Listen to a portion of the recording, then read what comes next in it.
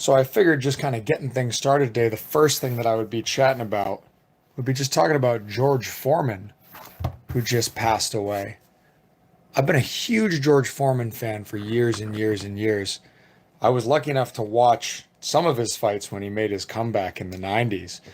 Um, my dad was a big fan. I know we were always pulling for that Foreman versus Tyson fight. And we've talked about that on this channel before, how we supposedly the legend is that Customato made Mike Tyson promise not to fight George Foreman on his deathbed, because he heard old man Foreman was coming out of retirement.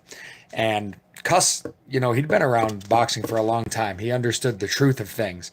And he recognizes something that we hear a lot of people say, which is that styles make fights. Styles make fights, You think about boxing as these three main archetypes of boxing. There are outfighters, there are punchers, there are pressure fighters, and generally, all right, outfighters are going to beat punchers, punchers are going to beat pressure fighters are going to beat outfighters. Um, Outfighters beat punchers because punchers are generally low volume and they're looking for a good opportunity with their feet set to land a hard shot. They're not busy enough and they're usually going to lose a decision to outfighters. Punchers are usually going to beat pressure fighters because pressure fighters have to take a lot of risks to wear a guy down, to win that attritional battle, to work the body. And because they take so many risks, they give that puncher a lot of chances to land a big counter shot and get the win. And pressure fighters are generally going to beat outfighters because they don't let them have a nice, clean, stick and move kind of game. They rough them up, they work them, they break their composure, they set a pace, they tire them out. So generally in this rock, paper, scissors game, you've got outfighters beating punchers, punchers beating pressure fighters beating outfighters. And Customato knew, I mean, for God's sake, look at what George did to Frazier. If you look at what George did to Frazier, you imagine what he would have done to Tyson. I'll die on that hill. I think that George Foreman coming out of retirement probably could have gotten Tyson. They thought about making that fight a couple times, but it never quite materialized. Okay. Looks like we got a couple people who have tuned in. I'm happy to have you guys here. Let me see if I can get chat going. Send me any questions you got. Otherwise, I'm just going to keep talking about George Foreman. And if that's what you're interested in, that's fine with me. I love George, but I'm always happy to listen to input from you folks. Let's see.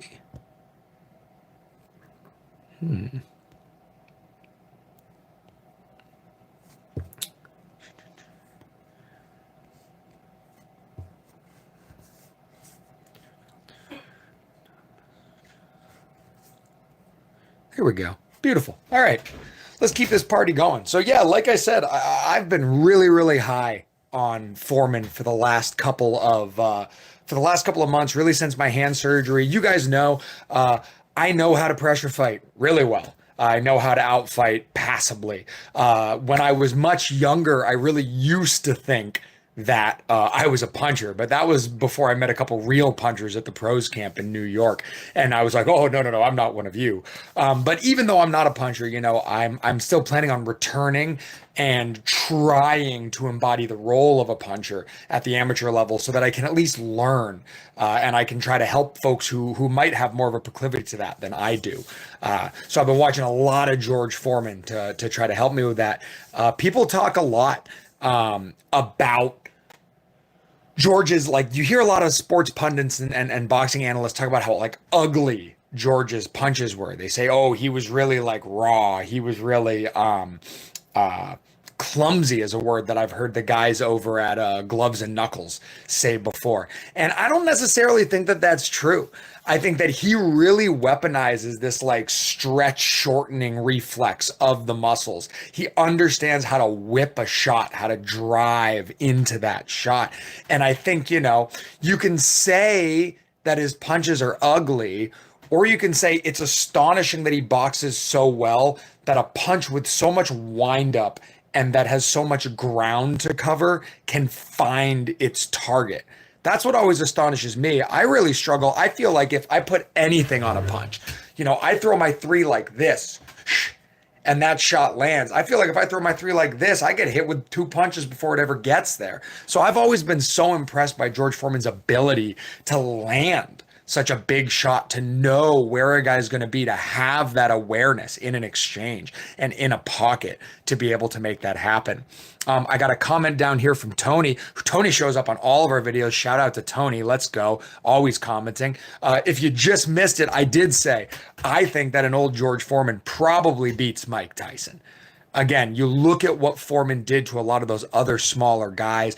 You look at what he did to Dwight Muhammad Qawi. You look at what he did to Frazier twice. I'm forgetting the name of that Mexican heavyweight that he whooped on too. But like, Foreman is just, I say this all the time about the Frazier fight, because we did a breakdown on it really recently, where I say you couldn't build a guy in a lab who is more suited to give like a small pressure fighter trouble. And even though like history paints Mike Tyson as a puncher, he's really a very good pressure fighter. Like, that's what does the heavy lifting. I'm of the firm belief, like, I don't think Tyson's the hardest puncher of all time. I think he's extremely good at finding really clean, flush openings for his shots. I'd say the same thing about Triple G. I think you're doing Triple G a disservice by saying that he's just a puncher. I think that Triple G probably, I'm sure Triple G hits well above average for a professional fighter his age. I'm sure he's an elite, powerful puncher. But like, really, he is so good at positioning himself and putting himself in the places he needs to land those shots. You go back and like, Triple G shots are very calculated. His positioning is very calculated, even all the way up to the end of his career. You look at that fight with Ryoto Murata, I believe is his name. And like, that fight, I mean, we've talked about doing a breakdown on that. We might down the line. It's just a masterclass in lanes, angles, and position before punch. It's very, very, very impressive. Let's see. Do you think Foreman's ability to land those big winding shots is because he had an excellent distance and timing awareness amongst others in the heavyweight division? Yeah, man, Foreman was mentored by two guys who are legendary fighters. He was mentored by Archie Moore, and he was mentored by Sandy Sadler. And I really encourage all of you guys to go and check out Sandy Sadler. You're welcome, Tony. And I really encourage all you guys to go out and check out Sandy Sadler and Archie Moore for completely different reasons. But like, let me start with Sandy Sadler. A lot of guys, they look at Foreman and they say, okay, that's really good if you're 300 pounds. That's great that you can get away with that. If you're 300 pounds, you can wield that mass and that size so well to be this like very like physical punching bully.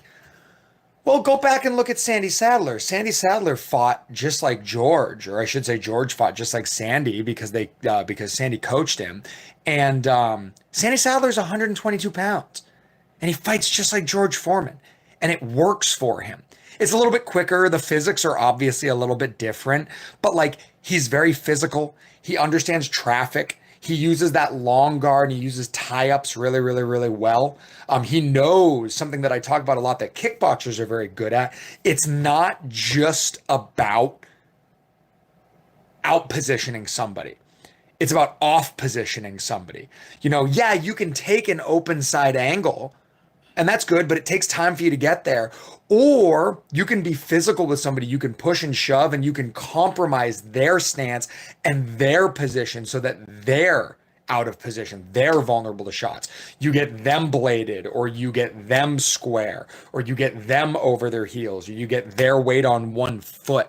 And that's something that Sandy Sadler and George Foreman are both extremely good at. They're extremely good at off positioning their opponent. Nobody would accuse George Foreman of being like fleet of foot.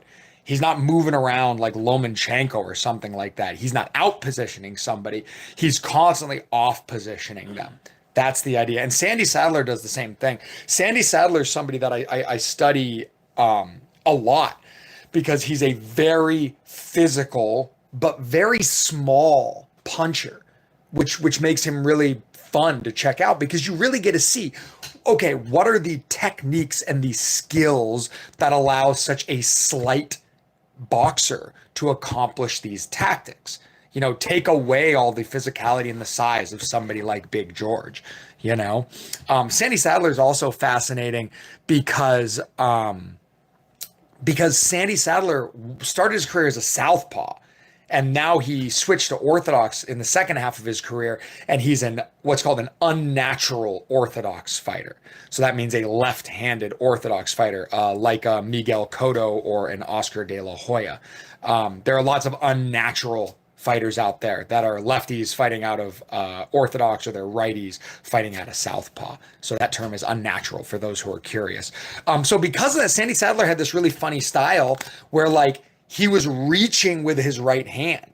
And like usually the responsibility of that right hand, that elbow, is to sit on your liver. And like it makes me nervous watching how far he takes that elbow and that forearm away from his body, because it leaves him vulnerable to potentially getting hit back. But he's got such good control of range, as Seswaratha-san. I am so sorry I'm messing that up. You're Sess, my man. All right. As Sess is saying, Sandy Sadler controls range really, really carefully. George Foreman controls range really, really carefully.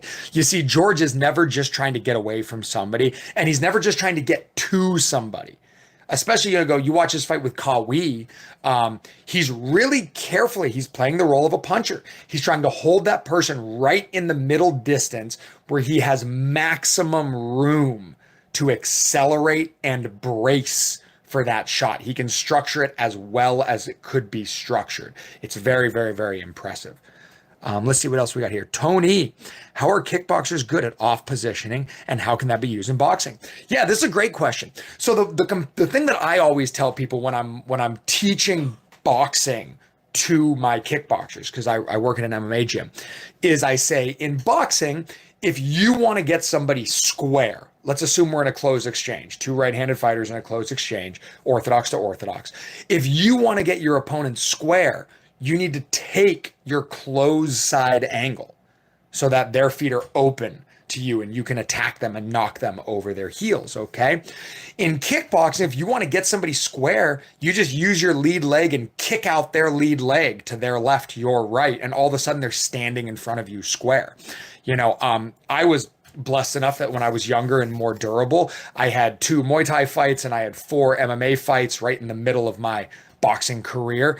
And I got to learn about some of the truths of combat, not just boxing or just jujitsu or just wrestling or just whatever, some of the broad overarching principles of combat. And again, one of them is, it is important that your opponent is in a compromised position. It does not matter if you move yourself to a position that they are compromised or you move them into a compromised position. We have one of our super old videos on the channel. We should probably remake it now that we got nicer audio and camera equipment and more comfortability and experience in front of the camera, where we talk about how to recognize out of position opponents.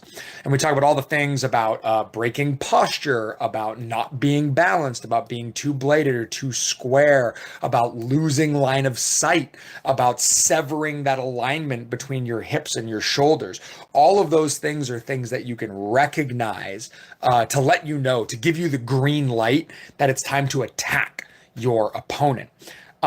To continue with Tony's question about kickboxers specifically, you also need to pay attention in kickboxing, because you're allowed to clinch and you're allowed to fight out of the clinch, that you can push a guy back onto one foot. You can pull a guy's head down so his posture is broken. You can cross-face on a guy so that his head and his chin are not in a position that he can see well or structure force well, as well as compromising his base with kicks. So because of that in kickboxing, and because of the big sweeping round nature of kicks, it's really hard to, like I said, do like a Lomachenko impression and dip and dive and bounce back and forth in front of somebody, So because of that, you still want to compromise your opponent's base. My very first coach used to say, if you're fighting a fair fight, you're fighting the wrong fight. And that's not him making an appeal to cheating. It's him saying that you should be constantly hunting for advantages. Punching your opponent in the liver isn't cheating, but it's certainly hunting for an advantage. You're making sure that the fight is not fair from here on out. He's at a deficit, And that's what you want to make sure that you're doing, Tony. The same way like a kickboxer would. You use your bumps, you use your frames, you use your footwork, you use your punches and your recovery tactics off of your punches to off position your opponent, just like Big George. Okay, let's see what else we got going on here. Sess.